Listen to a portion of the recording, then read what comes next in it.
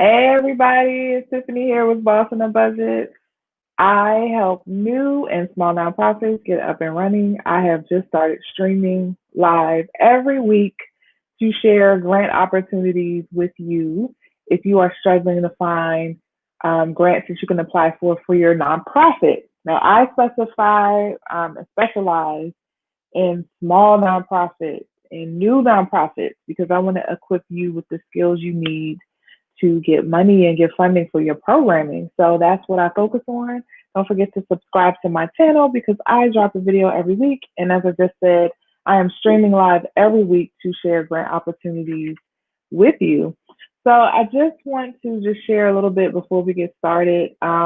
If you watched the stream before, you know that I have a mailing list where I share grant opportunities every single week. And so what I'm doing on this stream is just going through those grant opportunities and breaking them down and answering questions if people have questions. If you are just joining me, please say hello. Thank you for stopping in. Thank you for listening to my live stream. I appreciate all of you. What I'm going to do, if you don't have it already, I'm dropping a link to my grants worksheet. This is a free worksheet. What does this do? This worksheet basically asks you a couple of questions about what businesses are in your community, what organizations you might be able to tap into to help you figure out where grant opportunities are in your backyard. So a lot of people think mistakenly that they have to like go to national funders or they have to use a list or have to pay like a service to be able to find grants. And that's not true. You can literally just do an inventory of who's in your area and you can find plenty of funders. So the worksheet is a way to help you do that, to help you think through the questions you need to ask yourself, and you can take it away. So don't forget to access that worksheet. And once you get that worksheet, you'll be added to my mailing list. And I will also send you grant opportunities that I find just from my random Google searches, or I come across some stuff from the list that I'm on. I will send that to you as well. And that's it. So let's go into the grant opportunities. So the first one I want to drop is from the Retirement Research Foundation. So if you serve older adults, if you serve the elderly population, or if you serve people who are caregivers for the elderly population, this is a good grant for you that you might want to check out. So this is a direct service grant. And what I'm gonna do is read through it, just explain some of the requirements for people who are not familiar with grant writing so you know what to look out for. So it's a direct service grant and it's focused on a couple of things. First, increasing the availability and effectiveness of comprehensive community programs that enable older people to live in their homes. So helping people stay in their homes without having to stay at a nursing home or another kind of facility. Or you can provide supportive services to older people in residential settings such as congregate living facilities, group homes, or assisted living.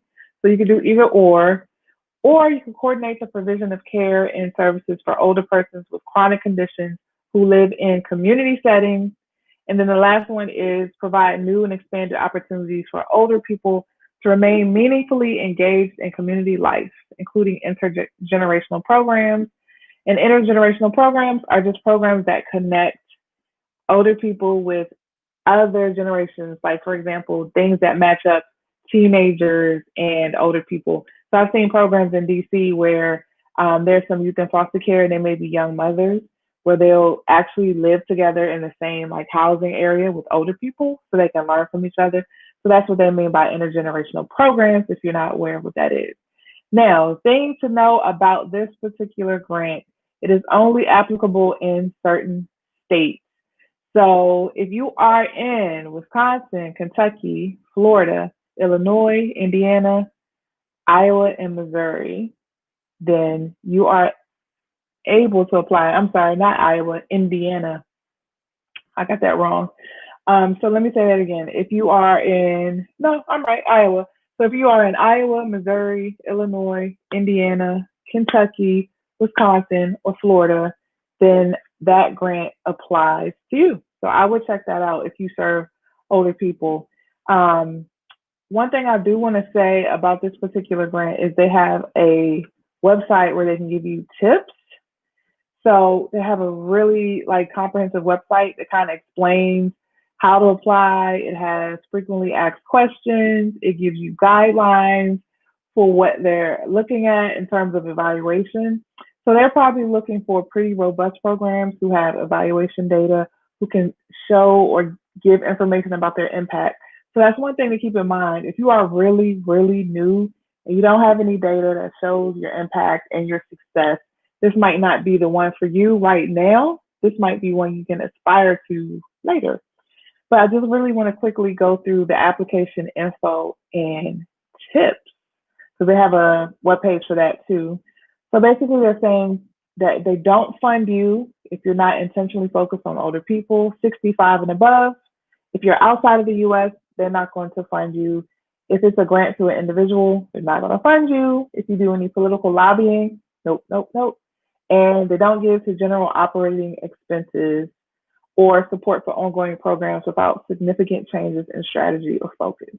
So I just want to point that out really quickly. You may not understand what general operating expenses are. So the most popular grants that you're going to see are called program or project grants. That means they're giving you funding specifically for a program or a project. When you see a general operating grant, it's like you hit the jackpot because you can use that money to fund a range of things. It doesn't just have to be a program. It can literally be to pay rent, or it could be to pay your utilities or pay an HR person or your accountant. You can use it however you need to use it. When you see general operating funds, it's not as common as program grants, and you should really pay attention. This grant in particular does not fund that. And so you're going to typically see that they don't fund general operating funds. And the interesting thing about this, it seems like they're more so interested in, hey, welcome. I just saw your comment. Interesting thing about this is I just saw um, they're interested in like newer programs. They're not interested in programs that have been around a long time. They're interested in newer programs and things like innovation. So just keep that in mind. That's the kind of stuff you want to look out for. You need to learn your funder, learn what they're interested in so you don't waste your time. A lot of funders have um, guidelines. They have just a way they do things. I call it follow their patterns, follow their people, see how they fund, see what their rhythm is, because that'll give you a sense of how they are. So I see a comment. I'm going to show you a comment because I'm fancy. Okay, awesome. None of your beeswax. I love your name. Opening a nonprofit for human trafficking victims. Glad I stumbled upon this. I'm happy to help. So if you have any questions about grant writing, please let me know. I'm also going to drop a link. So I manage a Facebook group, and it is a support group on Facebook.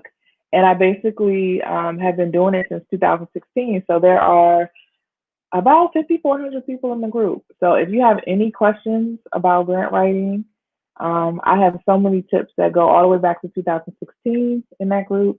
And you can literally ask anything. There are seasoned grant writers in there, and there are newbies in there. So everybody is welcome. It's a safe space for you to learn how to write. But you can also learn here and ask me questions here. So I just went through a grant opportunity for people who serve older adults. So if that's your space, that's what you do, you might want to pay attention to that grant. It's from the Retirement Research Foundation. And I dropped the link earlier in the comments. I will add them to the description box. And just keep in mind that that grant is only for certain Midwestern states and then randomly Florida. So Florida, Wisconsin, Indiana, Illinois, Kentucky, Missouri, and Iowa. All right. So the next grant I just want to drop, this one is really interesting, y'all. I'm going to drop it. If you work in the international space, so on my mailing list for my grants worksheet, I get a lot of people asking questions about international funding. Like, how do I get money for projects I want to do internationally? I'm going to admit and say I don't know that space as well. I really focus on US-based funding and nonprofits. Hey, Lynn. So I don't know the international space as well, but whenever I find a grant for international spaces or international funding, I try to put it in my list. So I'll try to let them know. So if you know people who do this, please forward this information to them, forward this video, share, encourage people to subscribe. So this one is interesting. It's called the D Prize. I had never heard about it before. I think the D stands for distribution. And the way this is set up, it's a $20,000 prize basically. And you have to answer like a set of challenges that they have on their website. So if you check out their website, you'll see a list of areas that they want you to focus on. So it's like water, sanitation, and hygiene, girls' education, agriculture, energy, global health, and education, governance, and infrastructure, or you can create your own. So it's not necessarily that they want you to come up with your own project, even though you have the option to do yours. It seems like they're very particular about what they're interested in. So, like, for example, for girls' education, I thought this was interesting. It's called the Sugar Daddy Awareness Challenge. So it's addressing girls who are infected with HIV. So I guess, to prevent older men taking advantage of young girls and infecting them with HIV, it's a challenge to address that issue in sub-Saharan Africa. So they're very particular about where they want you to work and the kind of work that they want you to do. But if you know anybody who's doing work in sub-Saharan Africa, please forward this information to them. I thought this was interesting, but honestly, I feel like $20,000 is not enough. I'm just gonna be honest. Like, to do that kind of work, it just seems kind of low for for them to be asking all of that. But hey, I'm just here to pass the information along and just give you a heads up. So I'm gonna leave that there. But submission for the D Prize is November the 8th. So you have a little bit of time to submit that. And Lynn, I did not forget about you. I know I owe you something. I'm going to be emailing you tonight. Just want to make sure I told you that. All right. So this last one I want to share is from the Major League Baseball organization and also the Major League Players Association. This is pretty big. So it's interesting, like a lot of the professional associations dealing with sports do a lot of work in domestic violence, and they do a lot of work in mental health and things like that. And I think the reason for that is because their players struggle with that, honestly, especially when you see like the NFL and a lot of players have struggled with domestic violence and all that through the years. So you'll see that. You'll see companies who have like an attachment to an issue then fund issues in that area to kind of compensate for the bad press on one side. So, I love you too, man. So you'll see that a lot of places that there's going to be some kind of connection to the cause. That's why they pick the areas that they're focused on. So that's why it's so important to connect with people who are in your field, connect with people who are just as passionate, because they're more likely to fund you and be interested in you. And this is just across the board. This isn't just for grants, but especially for grants. Don't chase grants. Look for funders who are aligned with what you want to do. Okay. So this last one is called the Healthy Relationships Community Grant. And it is to address positive relationship health with self and others. They have 3 distinct areas. So supporting programs that build and improve mental health resiliency in vulnerable populations, improving relationship skills of the next generation, and programs designed to strengthen and provide critical services to survivors of domestic violence today. So they are giving $3 million over this year and next year, and you can be in the US or you can be a global organization. So this is really probably about interpersonal relationships, mental health, and all of that kind of stuff. So they are also pretty broad. They are offering support for general operating or program expenses. So just like I explained the differences between general operating and program expenses, the MLB, so the Major League Baseball Association, the Players Association, and the Major League Baseball are offering this money for these kinds of services. So when they're talking about improving relationship skills, they mention some examples. So you might want to take a look at the website just to check out the examples. But for example, they're talking about teen dating violence. They're talking about family violence. So just the normal domestic violence that we're used to knowing about, like intimate partner domestic violence. It's a range of stuff that they're willing to fund. And they're also providing mental health services and wellness programs. So they're providing support for that. So if you do anything related to mental health, you might want to check that out. And one thing I want to say is, even if your major program area isn't centered on mental health, if it's an outcome that you aspire to or an outcome that you have for your program, then you need to look at that program. Don't just limit yourself and say, well, we're not technically a mental health program. But if one of your desired outcomes is to improve the mental health of the people you're serving, then you are. Because if you have an outcome related to mental health, that means you're doing something that you think will improve mental health, which means you're doing some kind of mental health program. I hope that makes sense. So a lot of times people like to box themselves in. They like to say, well, I am this kind of program. I am like an after school program and I just help with like education. So I'm only going to look for education grants. But that's not really the best strategy, because if you're doing after school programming, you're probably focusing on children's family life. You're probably focusing on healthy eating. You're probably feeding them. You're probably helping them with life skills, because you realize that you can't just focus on education. You got to focus on the whole child. That's probably your approach.